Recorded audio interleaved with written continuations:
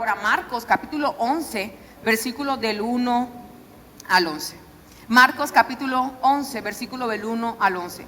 Ese acontecimiento de hoy, de la entrada triunfal de Jesús a Jerusalén, es tan importante que los 4 evangelios hablan de él.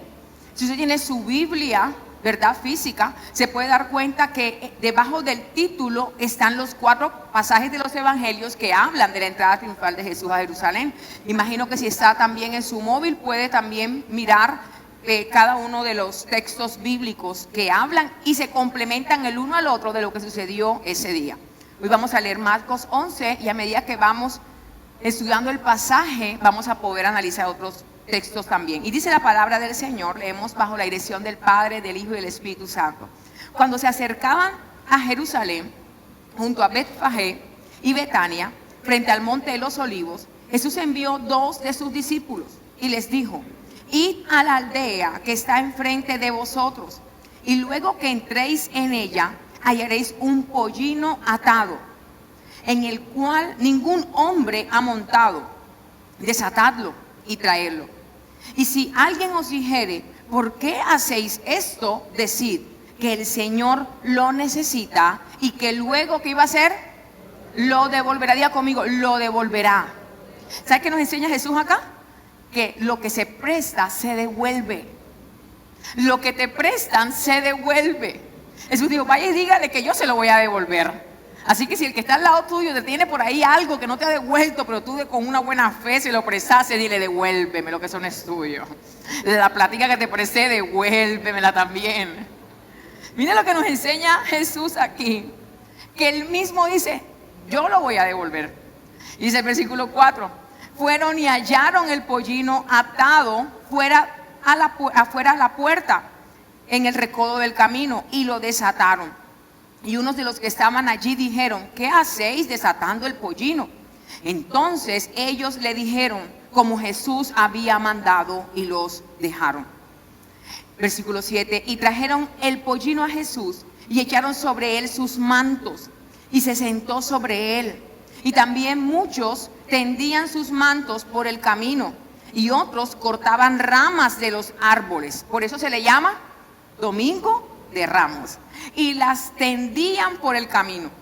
Y los que iban delante y los que venían detrás daban voces diciendo: Hosana, bendito el que viene en el nombre del Señor, bendito el reino de nuestro padre David que viene, Hosana en las alturas. Y entró Jesús en Jerusalén y en el templo, y habiendo mirado alrededor todas las cosas, como ya nos decía, se fue a Betania con los 12. Amén. Dios nos bendiga por medio de su palabra. Aquí se muestra la última vez que Jesús entró a Jerusalén. Pero Jesús entra por última vez a Jerusalén y no entra en un caballo, sino que entra en un asno. Si en ese momento, ese domingo, hubiera estado un turista en aquella época y hubiera visto a Jesús entrando en un pollino, créame que jamás hubiera pensado, ni siquiera hubiera imaginado que estaba presenciando la entrada triunfal a Jerusalén del Salvador del mundo. Hubiera ignorado totalmente esto que estaba pasando al frente de sus ojos. Jesús no entra en un caballo como un rey guerrero. El caballo simbolizaba en aquella época guerra, era usado para la batalla. Jesús decide entrar en un asno, en un pollino que nadie había montado. Y es que el pollino tiene algo muy particular, porque sobre los pollinos entraban los reyes que querían proclamar la paz. Y Jesús, al subirse sobre un asno y no sobre un caballo, estaba proclamando que Él es el príncipe de paz, que Él iba a traer paz. Jesús entra a esa ciudad a traer paz. Y algo muy particular del asno, y es que el asno era un animal usado por la realeza. Jueces en el capítulo 10, en el versículo 3, dice la palabra del Señor, que los jueces le compraban a sus hijos asnos. Es más, ese pasaje puntualmente en Jueces 10, 3 y 4 dice que había un juez que tenía 30 hijos. ¡Wow! Y a los 30 hijos le compró a cada uno un asno. Es como si nosotros le compráramos a nuestros hijos hoy en día un automóvil deportivo. Solamente esa clase de animales lo usaba la realeza. Y Jesús, al entrar en el asno a Jerusalén, estaba demostrando no solamente que él era rey, sino que además de eso, ¿cuál era su esencia al entrar de esa manera? Jesús estaba entrando ese día, enseñándonos una vez más a cada uno de nosotros que la grandeza de un hombre consiste en su servicio. Que la grandeza y la realeza de una persona consiste en su humildad. La Biblia enseña en Zacarías capítulo 9, versículo 9, algo muy puntual. Y es que este pasaje es el cumplimiento de una profecía que se había dado en el Antiguo Testamento. Y quiero que lo puedas leer conmigo, por favor. Zacarías capítulo 9, versículo 9. Dice la palabra del Señor: alégrate mucho, hija de Sión. Da voces de júbilo, hija de Jerusalén. He aquí tu rey vendrá a ti, justo y salvador, humilde y cabalgando sobre un asno, sobre un pollino, hijo de asna. Escúchame bien. 500 años de diferencia escriben aproximadamente Zacarías y los evangelistas. Y se cumple en este momento, después de 500 años, esta profecía que se había anunciado. Todo se alineó para que esa palabra se cumpliera. Yo quiero declarar sobre ti en esa mañana, en el nombre de Cristo Jesús, que todo lo que en el cielo se ha dicho y se ha determinado para ti y para tu familia tendrá cumplimiento en el nombre de Jesús.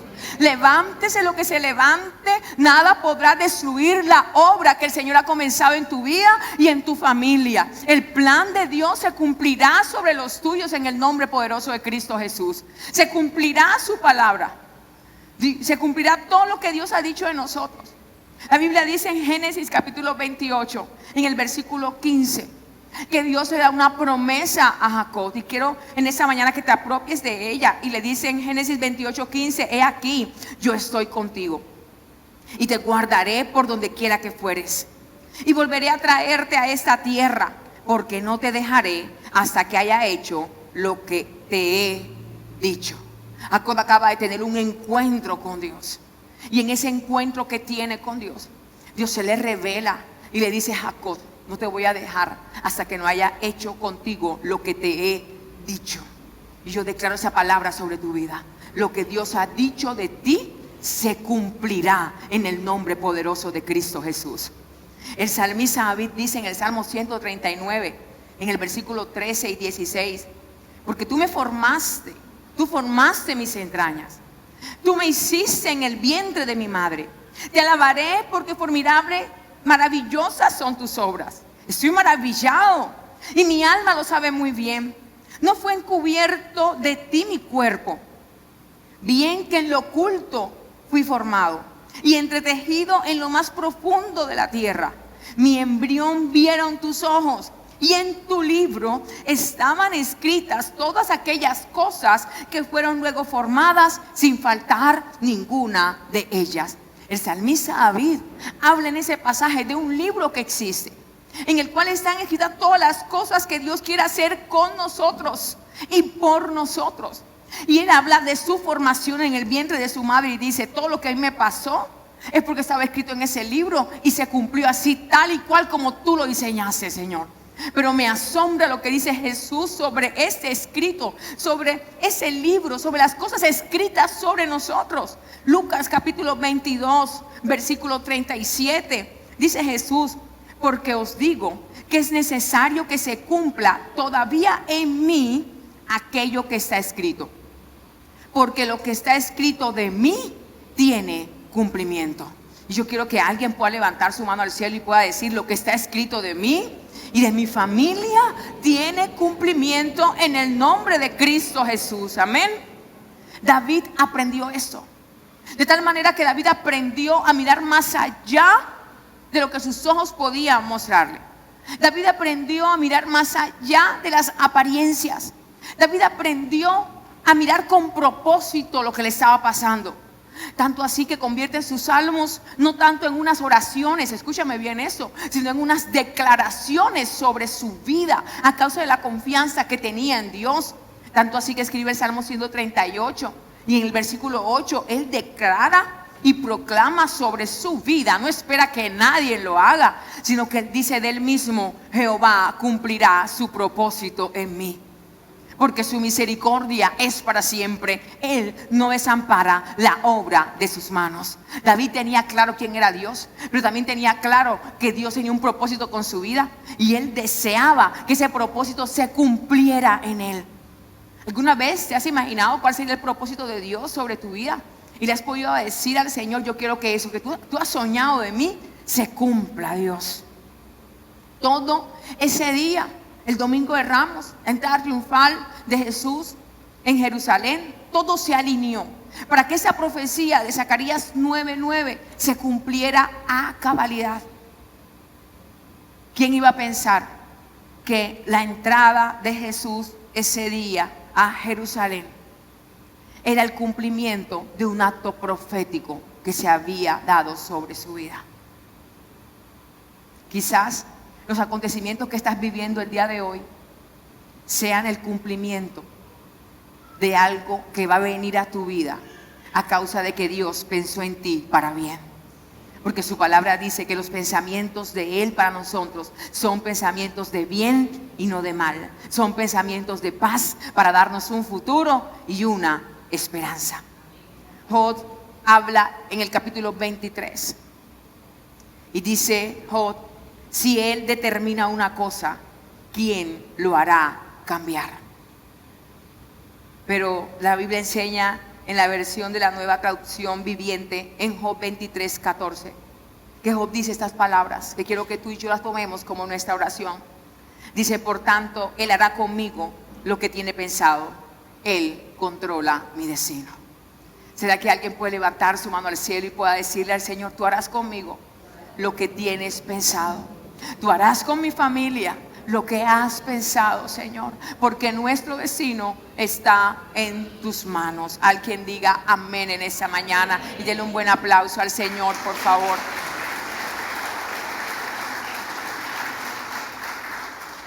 ¿Quién diría que un asno podía portar al Rey del universo? ¿Quién iba a pensar que un animal tan pequeño podía portar al Salvador del mundo? Y es que las cosas pequeñas en las manos de Dios se vuelven extraordinarias. Marcos en el capítulo 6 habla de que Jesús estaba predicando y era la hora ya de comer y no había nada que comer. Y un muchacho se acerca a los discípulos y les dice: yo tengo esto, tengo 5 panes y tengo 2 peces. Y uno de sus discípulos, llamado Felipe, le dice al Señor: mira, aquí hay unos 5 panes y un muchacho y 2 peces, pero ¿qué es esto para tanto? Realmente, si nos damos cuenta, eso no alcanzaba para nada. Por eso él humanamente dice: ¿qué es esto para tanto? Esto es muy poco, Dios.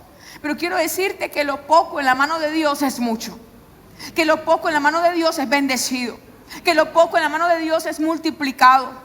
La Biblia dice que cuando Jesús escucha esas palabras, le dice a ellos: tráiganme esos panes acá, tráiganme esos peces acá. Y Jesús los toma en sus manos, y dice la palabra que cuando los toma en sus manos, los bendice y da gracias al Señor y los entrega a los discípulos. Y es la multiplicación de los panes y de los peces, de tal manera que comieron 5,000 hombres, sin contar mujeres ni niños. Las cosas que ponemos en las manos de Dios son bendecidas. Todo lo que colocamos en sus manos, Dios lo bendice, porque lo que se consagra a Él es bendecido por Él. Esa es una mañana para decirle al Señor: yo quiero colocar mi vida en tus manos, mi familia en tus manos, Dios. La empresa que me has dado en tus manos, los proyectos que tengo en tus manos, los sueños que tengo en tus manos, porque lo pequeño en las manos de Dios se vuelve grande y extraordinario. ¿Quién iba a pensar? ¿Qué iba a pensar ese hombre que estaba criando ese pollino en su casa? Que en ese pollino iba a cabalgar el Salvador del mundo. No tengas en poco la obra de Dios en tu vida y en los suyos. No tengas en poco la palabra que se ha sembrado en el corazón de tu familia. No tengas en poco lo que el Espíritu Santo de Dios está haciendo en ti y está haciendo en los tuyos. Porque la obra que el Señor comenzó, la perfeccionará hasta el día de Jesucristo. No tengas en poco lo que Dios está haciendo en los tuyos. Amén. Todo lo que se coloca en las manos del Señor, Dios lo bendice. Jesús, dice la palabra, que envía a 2 de sus discípulos y le dice: vayan a la aldea de al frente. Allá van a encontrar un pollino, desátenlo y me lo traen. Y si alguien les pregunta que por qué lo van a coger, les dicen que el Señor los necesita. Y listo, me lo traen y que yo se lo voy a devolver, no hay problema por eso. Mire, ya yo entiendo cuando leo este pasaje por qué Jesús no es costeño, ni los discípulos fueron costeños. Porque donde Jesús nos hubiera dado la orden a nosotros, nosotros le hubiéramos dicho: ajá, Señor, ¿y por qué? ¿Cómo así que yo voy allá y voy a quitar ese pollino allá, desatarlo como si eso fuera de nosotros? Hubiéramos puesto peros, hubiéramos puesto trabas, hubiéramos sacado conjeturas, hubiéramos dicho de todo y al final no hubiéramos traído ni un pollino. Quizás esos discípulos también tenían las mismas conjeturas y preguntas que tú y que yo ante el mandato de Jesús. Pero había algo que estos hombres habían aprendido al caminar con Jesús, y era a confiar en su palabra. Y era a confiar en lo que Él decía. La confianza en Dios se demuestra con nuestra obediencia. Cuando obedecemos a la palabra de Dios, los principios y los mandatos de Dios, estamos diciéndole al Señor: aunque no entienda, yo te creo. Aunque no entienda, yo confío. Aunque no entienda, yo sigo, Señor, porque sé en quién he creído. Ellos habían aprendido a confiar en lo que Jesús les mandaba hacer, y para ello era suficiente. Si Jesús lo había dicho, así debía ser. Y ellos, por obedecer lo que Jesús dijo, se cumplió. Las mismas palabras que Jesús les mandó a decir, las dijeron, y ellos pudieron llevarle ese pollino a Jesús. Y dice el versículo 7 que le trajeron el pollino y echaron sobre él sus mantos, y Jesús se sentó en el pollino. Miren lo que pasa en este pasaje. Permítanme, me quito este enredo acá.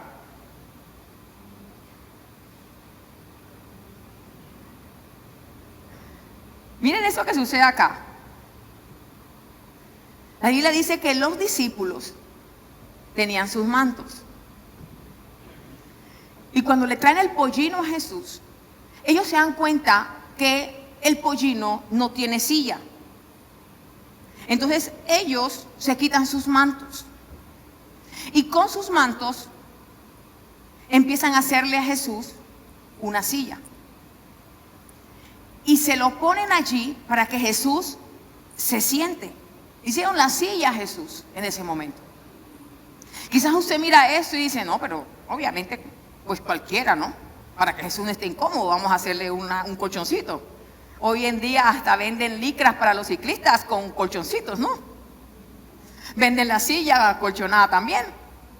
Pero en aquella época no era así como lo vemos nosotros aquí en el occidente. En aquella época, la ropa de las personas, sus mantos, mostraba su posición en la sociedad. Y era parte de la dignidad de la persona. Al ellos despojarse de sus mantos y ponerlos allí, estaban representando dos cosas. Primero, Segunda de Reyes, en el capítulo 9 dice que ungieron a un rey llamado Jehú. Dios lo ungió como rey de Israel.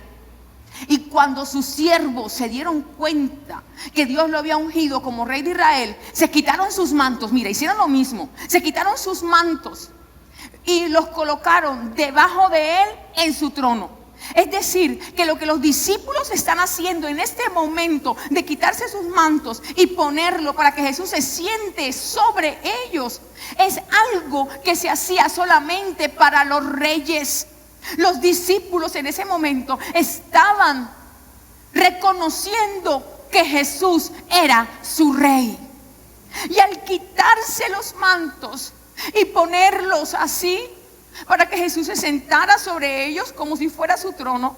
Estaban diciendo al Señor: yo te reconozco como mi rey, pero también, Señor, yo ante ti me humillo, te honro y te respeto.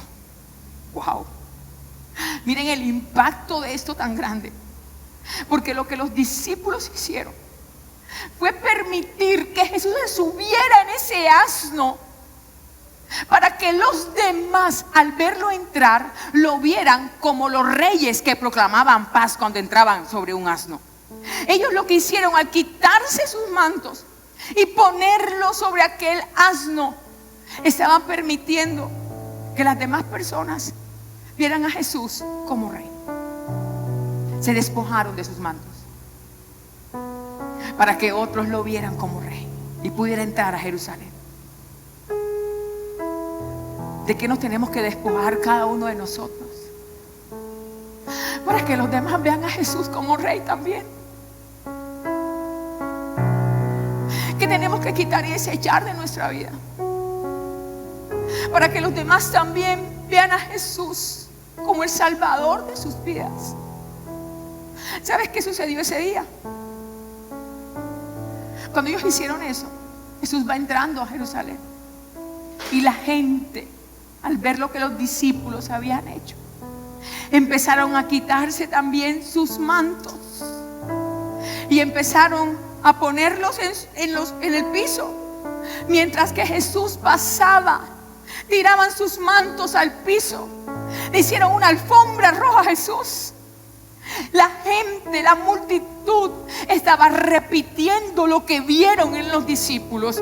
La vida de los discípulos y el accionar de los discípulos lo que hizo fue inspirar a los demás a hacer lo mismo que ellos estaban haciendo: reconocer a Jesús como el Rey de Reyes y Señor de Señores. Su vida estaba siendo inspiración para los demás. Lo mismo que los discípulos hicieron, lo estaban haciendo ahora la gente del común. Dios te ha puesto a ti en los lugares donde estás, en tu trabajo, en tu empresa, en el lugar de tu estudio, en tu familia, en el lugar donde vives, para ser inspiración para que los demás también se acerquen a Jesús. Que nuestra vida sea esa luz que alumbre a los demás, y todos puedan salir de las tinieblas y encontrarse con la luz que es Cristo Jesús. Que nuestra vida sea ejemplo para que los demás sepan cómo se sigue a Jesús. ¿Qué tenemos que hacer? ¿A qué tenemos que renunciar? Para que a partir de hoy el que nos mire a través de nosotros vea a Jesús. ¿Qué tenemos que hacer? La Biblia señala algo muy particular en ese pasaje, y es que los que no tenían mantos, me imagino que eran muy pobres, no sé por qué no tenían mantos, pero ellos fueron y corrieron a buscar palmas, arrancaron palmas de los árboles, ramas de los árboles, para poder ir a alabar al Señor. Mientras uno lo alababan tirándole sus mantos, estos que no tenían dijeron: no nos vamos a quedar con las manos vacías. Nosotros también vamos a alabar al Señor, vamos a alabar al Rey, al Príncipe de Paz. Entonces fueron y arrancaron las hojas de los árboles, las ramas, y empezaron a alabar. Cuando Jesús pasaba, empezaron a alabar al Señor con sus ramas. Escúchame bien, las ramas las usaron para alabar al Señor, no para adorar la mata. Porque hoy en día tú ves mucha gente corriendo a buscar y a comprar una palma que tiene una crucecita para guindarla detrás de una pared, de una puerta, para guindarla en el retrovisor del carro, para la protección, para la bendición, para que los cuide. Pero no es la mata. Es el Dios que creó la mata, nuestro guardador, nuestro cuidador, nuestro protector. Es Él, no la mata. Es Él el que tiene el poder, no la mata. No es la mata bendita, es Cristo el bendito. No es el agua bendita, es Cristo el bendito.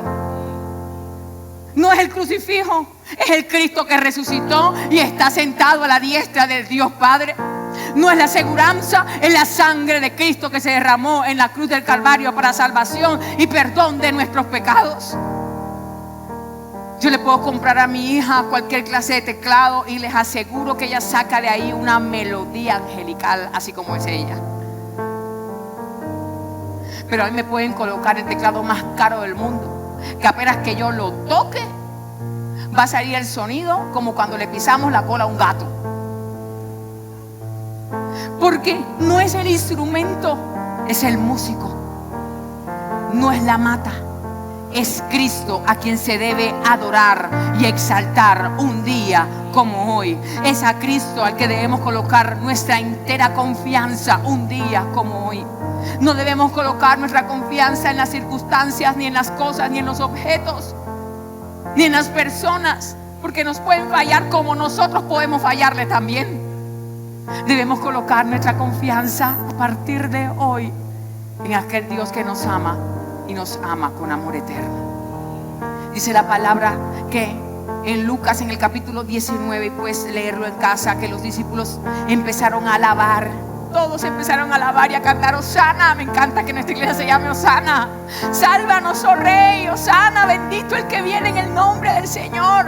Pero la Biblia dice en Lucas 19 que los que estaban alabando y adorando, ¿sabe quién eran?